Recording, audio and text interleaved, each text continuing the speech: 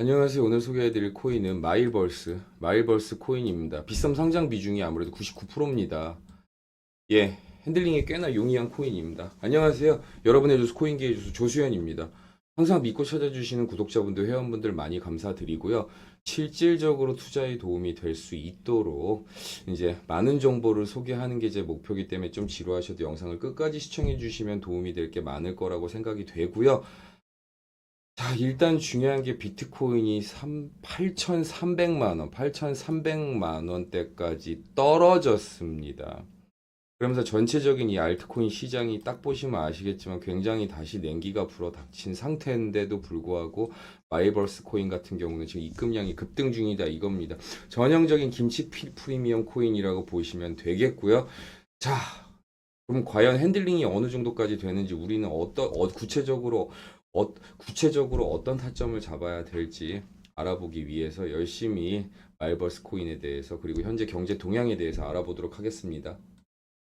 요 근래 있었던 이슈, 저번에 마일버스 코인을 소개할 때도 소개를 해드렸던 이제 뉴스 중에 하나인데 가장 큰 이슈 중에 하나였죠. 네이버 페이하고 제휴를 맺었다는 소문이 있었는데 직접 제휴가 아니다. 그러니까 쉽게 얘기해서 눈꽃만큼도 연관성이 없다고 볼 수 있는 거죠. 그러니까 눈꽃만큼도 연관성이 없다고는 볼 수 없다는 거죠. 말이 좀 어렵기는 한데 자세히 한번 보실게요. 마일버스 코인 같은 경우는 일단 현재 이 iOS, 애플, 그러니까 아이폰 그리고 이제 일반적인 그 안드로이드 폰 다 일단 앱으로 지원할 수 있는 앱이 출시돼 있으면서 간단합니다. 블록체인 기반으로 해서 그냥 모든 마일리지가 통합이 되는 겁니다. 자, 커피숍, 그러니까 편의점, 식당 등 가맹점에서 자, 식당 포인트, 편의점 포인트, 커피숍 포인트를 따로따로 쓰는 게 아니고 자유롭게 QR코드를 제시해서 결제 편의성을 굉장히 높여서 사용할 수 있다 이거죠. 자, 더 이상 설명이 필요 없습니다. 수백 가지 마일리지를 한데 모아서 내가 원하는 곳에서 쓸 있다 이겁니다. 그러니까 굉장히 말 그대로 그 전용 플랫폼에서만 쓸 수 있기 때문에 기존에 불편했던 이 불편을 한 방에 깨버리고 통합을 해버린 거죠. 블록체인 기술을 통해서. 자, 정확하게 기사를 찾아서 읽어 드릴게요. 네이버페이와 직접 제휴는 아니고 네이버페이 공식 대행사인 다우 기술과 협업 파트너십을 통해 제휴를 한 것이라고 합니다. 엄밀히 따지면 이 정도의 협업 정도라고 하면 오보가 자, 공식 대행사하고 협업 정도가 일어난다고 치면 오보가 이렇게 날 수 있는 것 또한 사실입니다. 하지만 중요한 게 이 마일버스 코인이 가지고 있는 이 생태계 자체가 굉장히 이렇게 이용자들이 굉장히 이제 증가하고 있는 건 사실입니다. 분명히. 그리고 이제 워낙 김치 코인이기 때문에 핸들링이 워낙 이렇게 세력의 핸들링이 워낙 용이한 코인이다 보니까 구설수가 많을 수밖에 없는 코인이기도 하기 때문에 거기다가 지금 아시겠지만 비트코인을 중심으로 해가지고 전체적인 코인 시장 자체가 굉장히 냉기가 또 불어닥치고 있습니다. 또 불어닥치고 있기 때문에 아무래도 굉장히 불안해하실 수도 있을 법한 그런 코인 종목이기도 합니다. 자, 요즘 시장 같은 경우는 어떻습니까? 반전의 연속입니다. 금리 관련해서 증시는 또 신기록을 쏘고 또 쏘고 있고요. 미국 같은 경우가 세계 경제의 중심이라고 치면 굉장히 고용이 둔화가 됐다 이겁니다. 아무래도 이렇게 되면은 물가 지수가 또 상당히 올라가게 되겠죠. 항상 하지만 위기는 기회와 동반이 되고 이 혼란 같은 경우는 어느 정도의 또 해결로도 볼 수 있는 기사들도 있습니다. 계속 청구의 증가는 실업풋의 일자리를 바로 찾지 못하는 사람들이 늘고 있다는 의미로 노동시장 과열이 해소되고 있을 가능성을 시사한다. 서비스업 경기가 코로나 사태 이후로 가장 위축이 된 상태다.